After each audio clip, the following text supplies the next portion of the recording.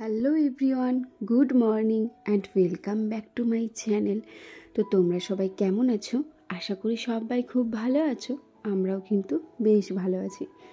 ঘড়ির কাঁটায় বেজে গেছে ঠিক সকাল 8:30, আর এখন থেকেই তোমাদেরকে সাথে নিয়ে আমি আমার আজকের দিনটি শুরু করলাম।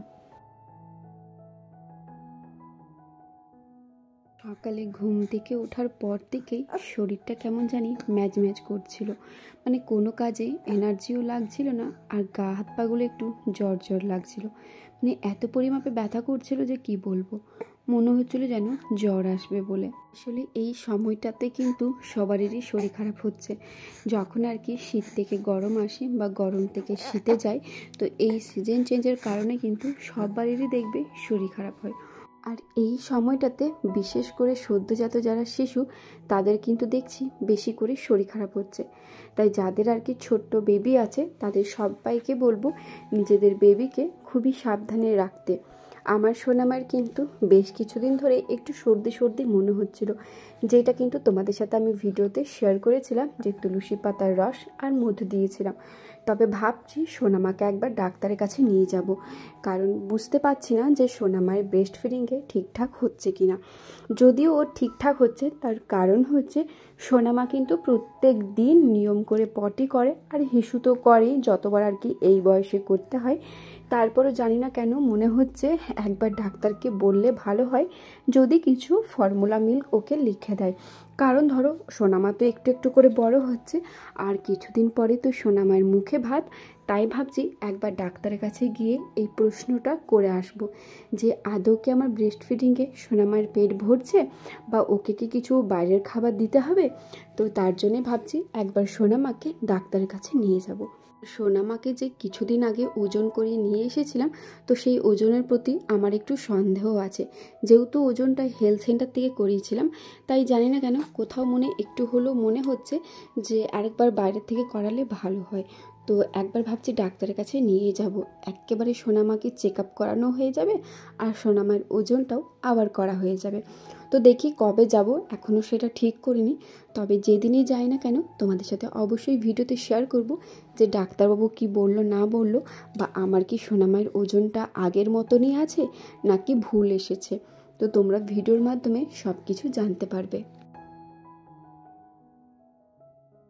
এই সময়টাতে বাচ্চাদের শরীর খারাপ হলে না, মানে ফেলে রাখাটা উচিত না।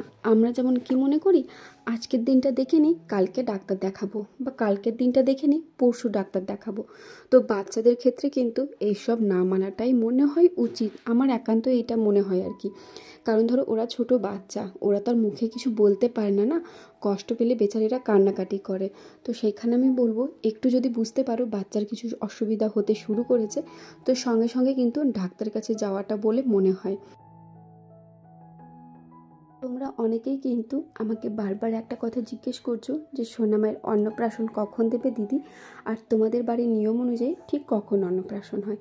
তো চলো আজকে সেটা নিয়ে তোমাদের সাথে শেয়ার করি। তো আমাদের বাড়ির নিয়ম অনুযায়ী মেয়েদের অন্নপ্রাশন 7 মাসে হয়, আর ছেলেদের অন্নপ্রাশন 6 মাসে হয়।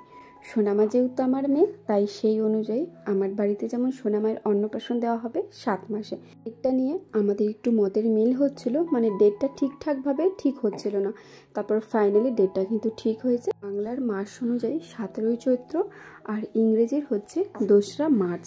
তো আশা করি তোমরা ডেটটা জেনে নিলে। তো এই ডেটে কার কার ছেলে বা মেয়ের মুখে ভাত হবে অবশ্যই কিন্তু কমেন্ট করে জানাবে।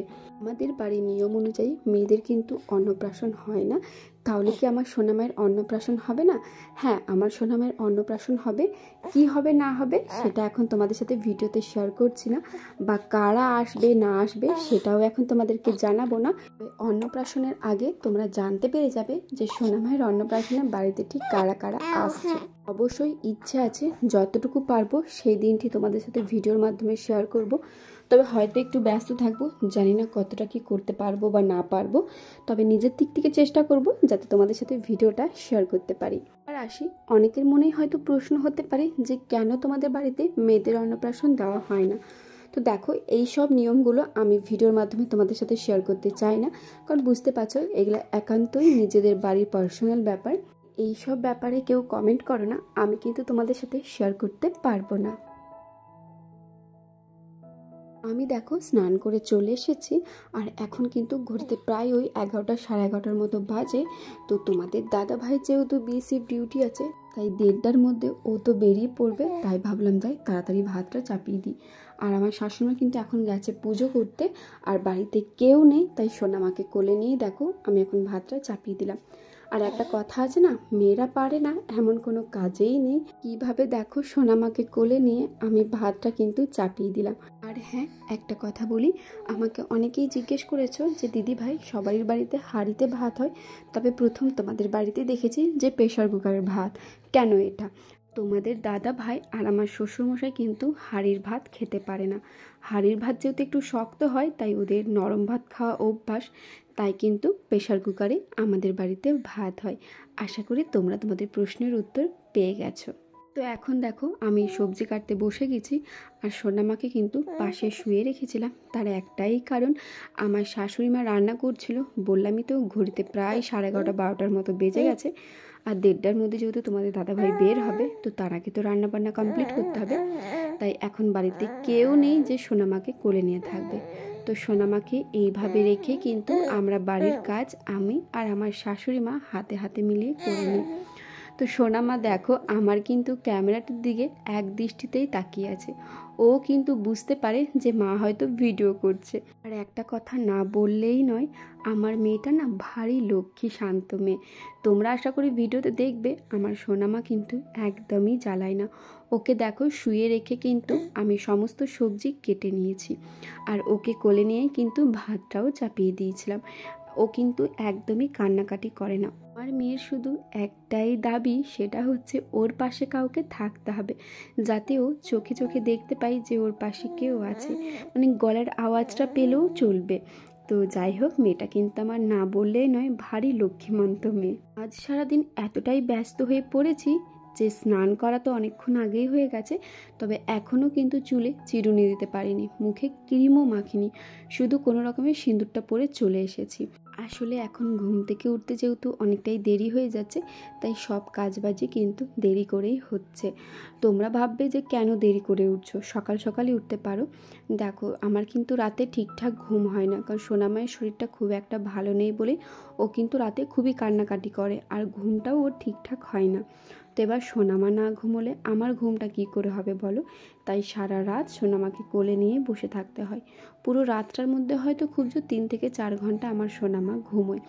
তো সোনামা ঘুমিয়ে গেলেও কিন্তু আমার ঘুমটা আর হয়ে ওঠে না, কারণ সোনামা এমন সময় ঘুমোয় যে সময়ে আমার ঘুম চড়ে যায়, একদমই ঘুম আসতে চায় না। তাই রাতে যেহেতু ঠিকঠাক ঘুম হয় না, তাই সকালে না খুবই ঘুম পায়, আর উঠতেও ইচ্ছে করে না, তাই ঘুম থেকে উঠতে দেরি হয়ে যায়। না হলে আবার অনেকেই ভাববে যে বাড়ির বউ হয়ে 8টা সাড়ে 8টায় ঘুম থেকে উঠছো, কারণ সবারই মেন্টালিটি তো আর সমান হয় না। অনেকেই হয়তো এইটা দেখবে যে বাড়ির বউ হয়ে 8:30টায় ঘুম থেকে উঠছো, তবে এইটা কেউ দেখে না যে সারা রাতটা জাগা বলেই আমার ঘুম থেকে উঠতে দেরি হচ্ছে, বা আমার শরীরেও যে ঘুম দরকার এইটাই হয়তো কেউ বুঝতে চায় না। আমার মনে হয় সব থেকে আগে মায়ের নিজের খেয়াল রাখা উচিত, কারণ মা ভালো থাকলেই তো সন্তান ভালো থাকবে। তবে এই জিনিসটাই কিন্তু সহজে কেউ বুঝে না। সবাই ভাবে মাদের শরীর একদম ফিট অ্যান্ড ফাইন থাকে, তবে মাদের যে শরীর খারাপ হয় সেটাই তো কেউ বুঝে না। তো বন্ধুরা এখন ঘড়িতে বাজে 1টা, আর এই সবেমাত্র আমার সমস্ত কাজবাজ শেষ হলো।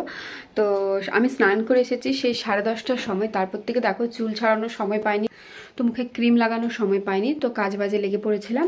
তখন সমস্ত কাজবাজ হয়ে গেছে, শুধু চুলটা ছাড়াবো। আর এই যে এখানে কিছু জামা প্যান্ট আছে যেগুলো আর কি গুছিয়ে বাগিয়ে রাখবো।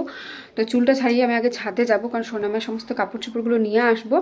তারপরে তোমার এগুলো সব একসাথে গুছিয়ে নেবো।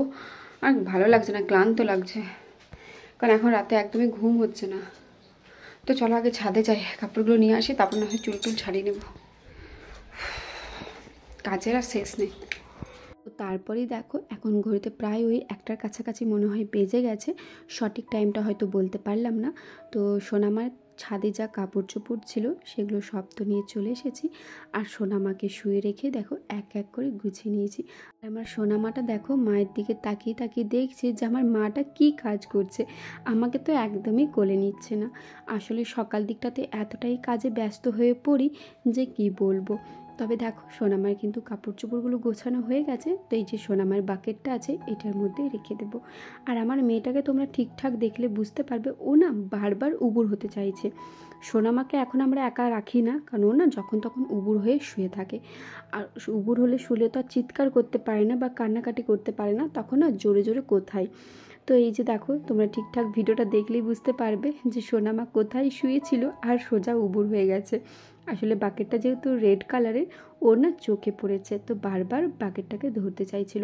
দেখো আমি কিন্তু এখানে একটা বালিশ দিয়ে দিয়েছি যাতে ওর চোখে বা মুখে না লেগে যায়, কারণ এখন যে জিনিসটাই দেখছে সেই জিনিসটাই ও খেতে যাচ্ছে। তোমাদের ছেলেমেয়েরাও কি এরকম করে, যখন তখন উবুর হয়ে শুয়ে থাকে বা তোমার ধরো যে কোনো জিনিস দেখলে মুখে দিতে যায়? অবশ্যই কিন্তু জানাবে। তো দেখো সোনামায়ের কিন্তু কাপড় চোপড়গুলো গোছানো কমপ্লিট হয়ে গেল। আজকের ভিডিওটাও এত দূর রাখলাম। তো আজকের মতো টাটা।